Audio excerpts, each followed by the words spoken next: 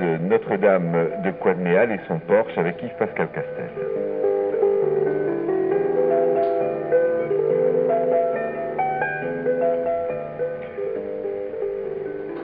Vous connaissez sûrement la commune de Coineméal dans notre département. Vous avez certainement visité son église et il est intéressant tout de même de nous y arrêter un peu plus près pour les 3 ou 4 parmi vous qui n'ont pas encore été à Coineméal visiter cette église Notre-Dame. Avec Yves Pascal, nous allons donc en parler lors de cette émission. Yves Pascal, un peu d'histoire tout d'abord. Oui, d'abord, vous avez bien raison. Qui va à Coineméal? C'est pas un enclos paroissial. Encore que le cimetière soit resté autour de l'église. Bientôt, dans 2 siècles, les cimetières qui sont restés autour de ces églises seront visités par les Japonais, les Nord-Américains et les autres. C'est vrai. Eh bien oui, personne ne va à Coineméal. Or, oui, vous me demandez là un petit point d'histoire, oui. En 1172, la donation fut faite par Guillaumard de Léon, qui était lui le fondateur de l'abbaye de Daoulas. Et vous voyez que quand on fonde une abbaye, quand on installe des moines, ben, il faut trouver des ressources. Et les moines n'ont jamais vécu de l'ère du temps, c'est pas possible, ni de l'ère de l'heure grégorien. Eh bien, le comte de Léon, Guillaumard, à ce moment-là, dit ben, vous aurez droit à percevoir les dîmes sur la paroisse de Plouguin. Et on vous donne même ce qu'on appelait à l'époque la chapelle de Coineméal. Voilà pour ce qui est j'allais dire, de ce que nous pouvons se voir dans un passé, finalement, si pas très lointain quand même, quoi. Mais qu'est-ce qu'il y avait avant 1172 à Coineméal? Il y avait certainement un lieu de culte, et vraisemblablement sur une fondation pré-chrétienne. Alors, on a aussi, en 1467, le 8 septembre, on évoque cette église pastorale et priorale de Coineméal qui appartenait au seigneur de Léon, quoi. Alors, on est étonné, Guillaumard de Léon la donne à l'abbaye d'Aoulas, et puis on s'aperçoit que c'est encore sous l'hégémonie des sires de Léon. Ben oui, vous savez bien, rien n'appartient à personne en propre dans l'Ancien Régime, pas plus qu'aujourd'hui d'ailleurs. Oui, l'église de Coineméal n'est pas extraordinaire. Regardez le nouveau répertoire des églises, j'appelle les diocèses. On va signaler le clocher, quoi. Parce que sur le clocher, il y a une inscription. Jean-Baptiste, livinote, chanoine et recteur. Et puis, est mort irien, recteur. 1769. Et un certain Hervé. Le nom a été écrit encore une fois par un tailleur de pierre qui était dyslexique. Je pense qu'il s'agit de Jaouen, encore qu'il a écrit I-E-A-O-V, c'est-à-dire U-N, et qui était lui le gouverneur, 1769. On sait que Livinote a été recteur à cette époque-là, et il y a une très jolie vierge d'ailleurs qu'on a conservée sur cette façade occidentale sous le clocher, et une jolie vierge du XIVe siècle. Bon, mais notre visite à Coineméal, puisque l'église est souvent fermée, c'est celle du porche. Un porche tout à fait remarquable, Yves Pascal. Oui, il est modeste. Et c'est peut-être sa modestie qui en fait le caractère remarquable. Celui qui veut passer, j'allais dire, un petit quart d'heure, peut-être un peu plus longtemps, s'il a le temps, hein, dans le XIVe siècle, qu'il aille à Coineméal, dans le porche. Je ne parle pas du reste de l'église. Il a une allure tellement ancienne que certains auteurs le disent du XIIIe siècle. Vous savez, du XIIIe siècle, dans le pays des enclos, du XVIe et du XVIIe, le XIIIe siècle, j'allais dire, ça n'a pas de valeur, quoi. C'est-à-dire que ça a une grande valeur. Alors, de l'extérieur, c'est un simple mur, un fronton triangulaire, avec 2 crossettes aux angles, une grande arche à l'entrée, un contrefort à peine du côté gauche, puis c'est tout. Mais alors, cette grande sobriété, c'est vraiment du médiéval j'allais dire, dans sa rigueur, quoi. Et je crois qu'une époque dite moderne, celle que nous sommes, qui aime justement la rigueur des constructions en béton armé, devrait être sensible à cette rigueur de la grande architecture médiévale. Alors, dans ce porche, première chose qui m'a frappé en examinant les pieds droits, c'est-à-dire les deux piliers, enfin les deux piliers de l'entrée, ben, c'est qu'il y a une saignée. Une saignée. J'ai jamais vu ça encore, mais encore une fois, on n'a pas tout vu. Je me dis, mais enfin, une saignée de chaque côté, c'est pas pour rien.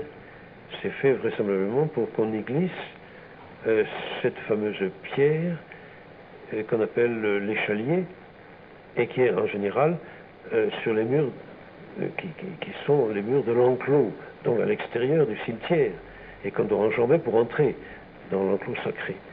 Oui, je pense que à Quadméal, au porche, il y a eu ce système qui consistait à clore en partie, hein, du moins en hauteur d'enjambement, hein, l'entrée même du porche. À quelle époque, ce sera difficile à dire. Une autre chose, c'est qu'on entre dans le porche, et là, on s'aperçoit que le siège, les deux bancs de pierre, ben, si on s'assoit dessus, on est presque assis par terre, quoi, assis au niveau du sol.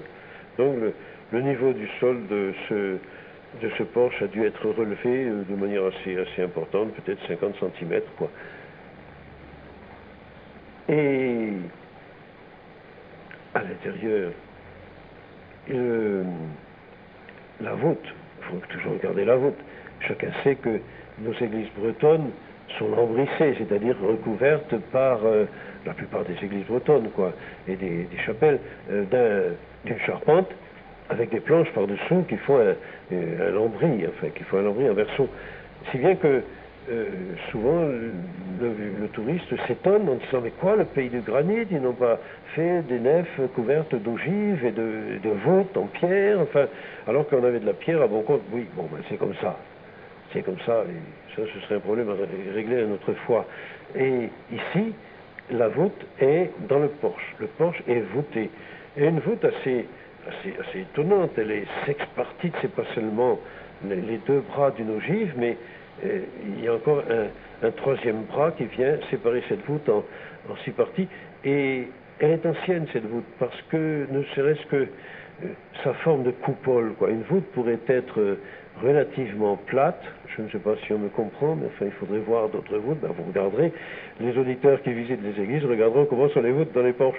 Et tandis qu'ici, c'est vraiment un peu comme les voûtes angevines, ça descend de droite et de gauche, d'avant et en arrière, quoi. Au fond, ce serait comme une coupole romane réaménagée. Et ça aussi, c'est un des traits qui montre qu'on est dans une époque très ancienne du point de vue de la structure, quoi. Et la porte intérieure. Alors il y a la porte intérieure aussi, alors cela est intéressant à un premier point de vue. Les colonnettes qui flanquent cette porte intérieure, qui n'est pas géminée, hein, c'est une porte simple, quoi. Et il y a dans les angles, là il faut bien observer, au niveau des chapiteaux, du côté gauche on voit comme un bras et une main qui soutient au niveau de la corniche. Autrement dit, ça fait partie aussi des choses un peu médiévales. On veut montrer que l'édifice est humanisé par ces petits détails qui sont sortis du règne humain. Il n'y a pas besoin de mettre une main pour soutenir la corniche, vous devenez bien. Mais c'est une manière de montrer que l'arcature du haut est maintenue. Alors, Yves Pascal, arrêtons-nous maintenant à l'intérieur même de ce porche et parlons des niches. Ah, les niches. On est tellement habitué aux porches des enclos, quoi, si vous voulez, paroissiaux, qui sont du XVIe, XVIIe siècle, quelquefois XVIIIe, que ici, on s'étonne de voir simplement 3 niches de chaque côté.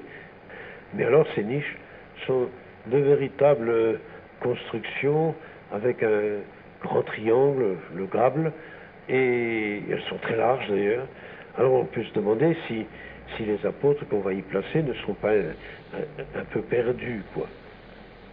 Mais enfin, de toute façon, les apôtres sont tous présents. Alors, il y a que 6 places, comment font-ils? Ah ben oui, bien sûr, il n'y aura que 6 places sur les murs latéraux.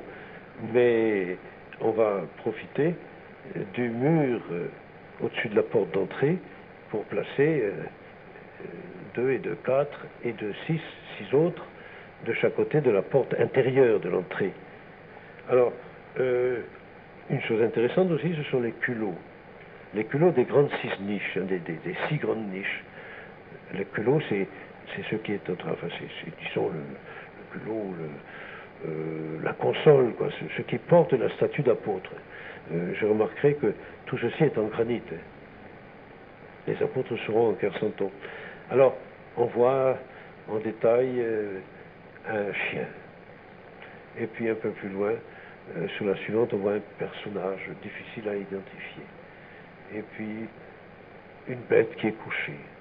Et puis de l'autre côté, un animal. Difficile de dire qui ça peut être. Un autre difficile à identifier. Et puis le dernier, un chien qui est couché. Toujours cet amour des Bretons, là, ou des vieux sculpteurs de Bretagne pour la joie animale, quoi. Nous arrêtons maintenant à cette série de 12 apôtres que vous allez nous décrire. Bien évidemment, ils sont en Quercenton, Pascal. Oui, ils sont en pierre de Quercenton. Ils sont d'un type, je vais dire, archaïque, mais enfin, ça ne veut pas dire...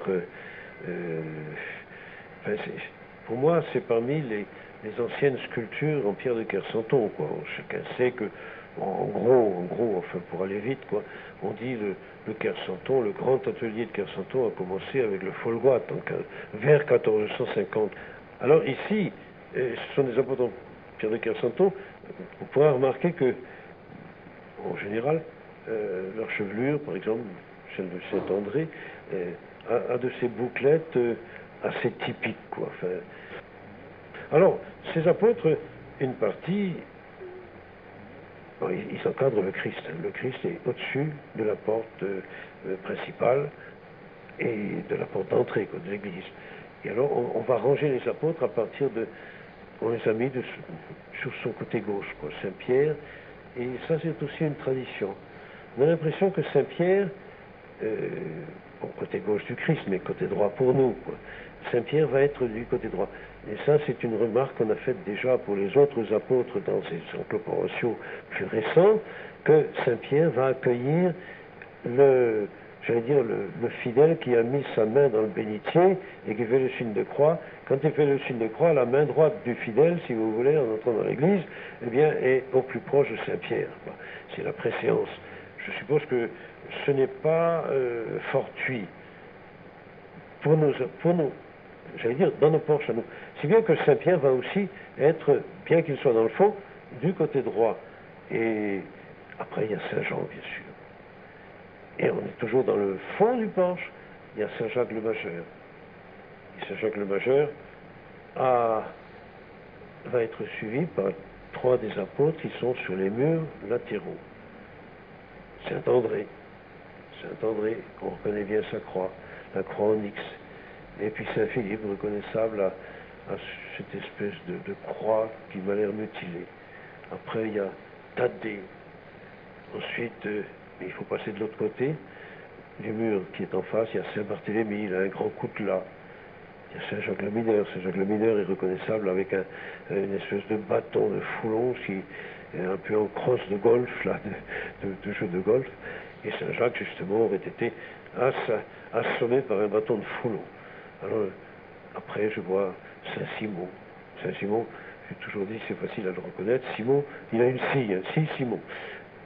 Et on passe de nouveau en face sur le mur intérieur dans le fond du porche avec Saint Thomas qui a une équerre et puis Saint